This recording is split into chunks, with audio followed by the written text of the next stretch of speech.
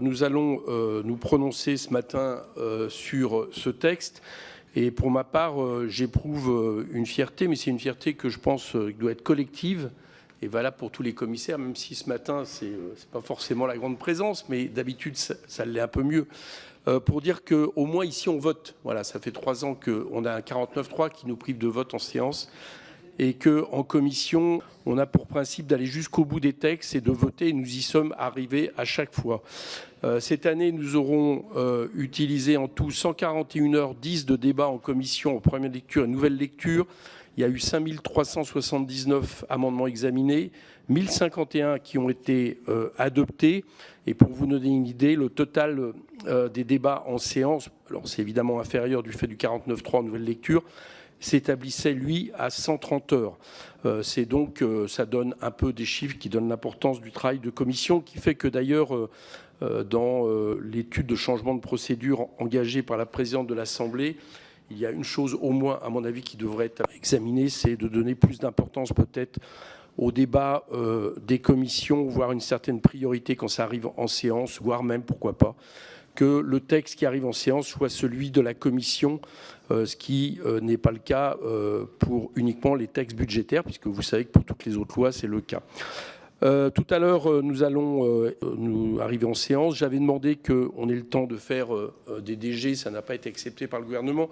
Donc malheureusement, le 49.3 va s'exprimer immédiatement, ce qui fait que, je le répète, c'est ici ce matin que nous aurons pour la dernière fois avant la motion de censure l'occasion de nous expliquer. Et je profite aussi également de l'occasion pour dire que je regrette pour l'instant, j'espère qu'elle va changer, la décision de faire la motion de censure lundi à 17h. Il me semble au moins que, tant qu'à utiliser le 49.3, on devrait pouvoir donner les conditions optimum à ceux qui estiment nécessaire de le censurer, c'est-à-dire de rapporter le débat à mardi, qui était, je vous rappelle, le jour prévu au départ pour se prononcer sur le PLF. Alors sur le fond, moi, je considère que j'ai entendu parler de compromis pour ce texte.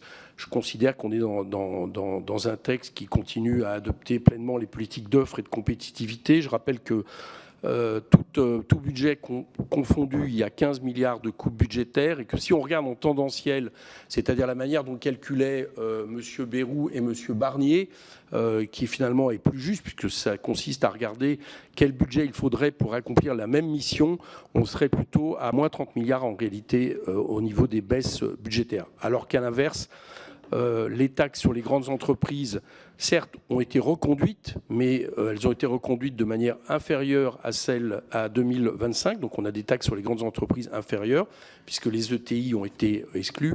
Quant aux taxes sur les grandes fortunes, eh bien, elles aussi, elles ont diminué, puisque le CDHR, vous le savez, finalement, n'aura rapporté l'année dernière que 400 millions sur les 1500 millions espérés. Cette année, du coup, on estime que ça pourrait rapporter 700 millions. C'est tout ce qu'il y aura finalement, puisque même la taxe holding a été finalement réduite à néant.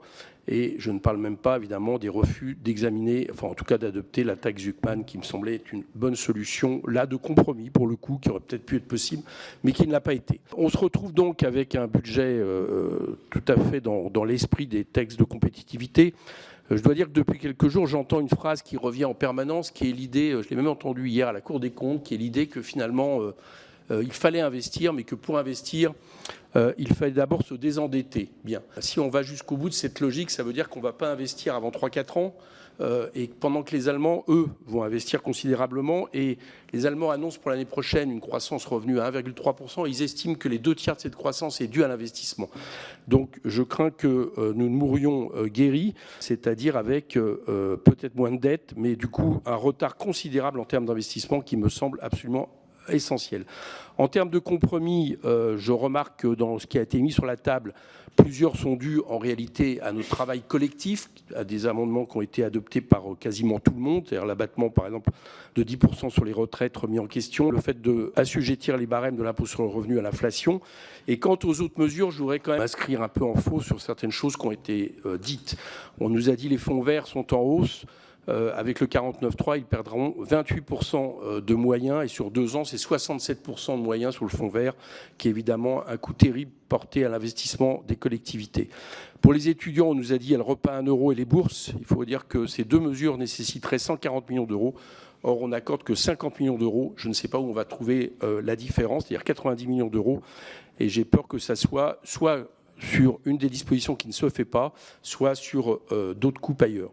Sur les 50 euros de la prime d'activité, outre la remise en question du principe lui-même, qui a notamment été exprimé par Marie-Lise Léon de la CFDT, rappelant que c'est peut-être pas à l'État d'augmenter les salaires des salariés, mais plutôt d'une partage différente de la plus-value.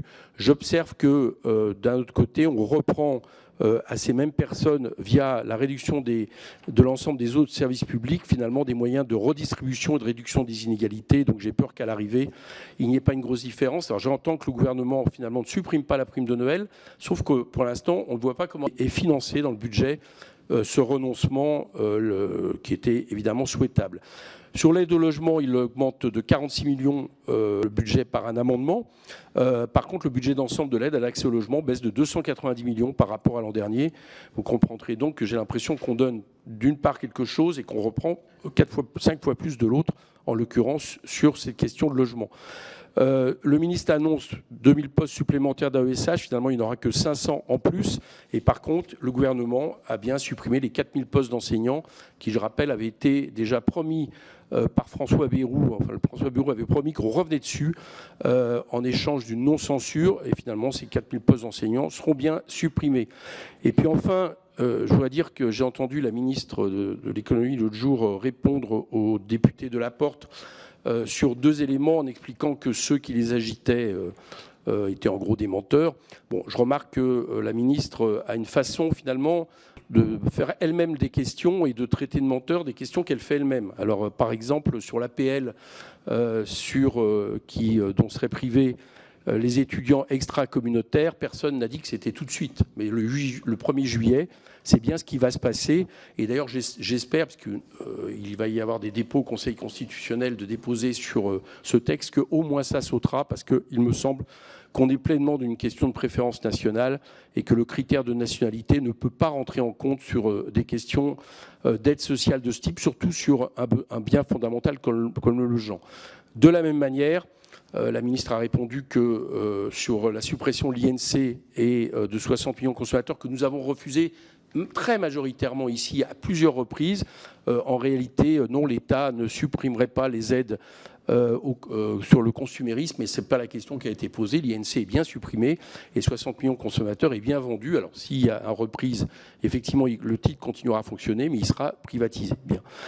Voilà un peu les choses que je voulais dire. Bon, sur un budget qui, par ailleurs, a des coupes extrêmement profondes sur les ministères. Je rappelle qu'en 2 ans, c'est moins de 53% sur transformation fonction publique, moins 43,4% sur investir pour la France 2030, avec un recul de 1 milliard cette année, alors même que nous avions voté des amendements revenant sur ce recul. Je trouve que c'est complètement contre-productif par rapport aux urgences. L'aide publique au développement, moins 40%. C'est certes du sous-Trump, mais c'est quand même du Trump dans ce qui va impacter l'aide publique au développement. Moins 31% sur la santé, moins 31% sur le sport, moins 18% sur l'économie, moins 13% sur l'agriculture, moins 8% sur le travail. Tout ça ayant été accru cette année et portant donc ces baisses budgétaires à 2 ans. Pour terminer, je voudrais rappeler et espérer que cette année, nous n'ayons pas dans 1 mois ou 2 des nouvelles annulations de crédit, qui est quelque chose qui est fait par le gouvernement de manière systématique depuis 2 ans et qui fait qu'on vote une chose qui est remise en question dans la foulée. Donc je prends date pour l'espérer, parce que du coup, ça rendrait un peu insincère le budget que nous sommes en train de voter. Et évidemment, vous comprendrez que je voterai contre ce budget. Je passe la parole tout de suite au rapporteur général.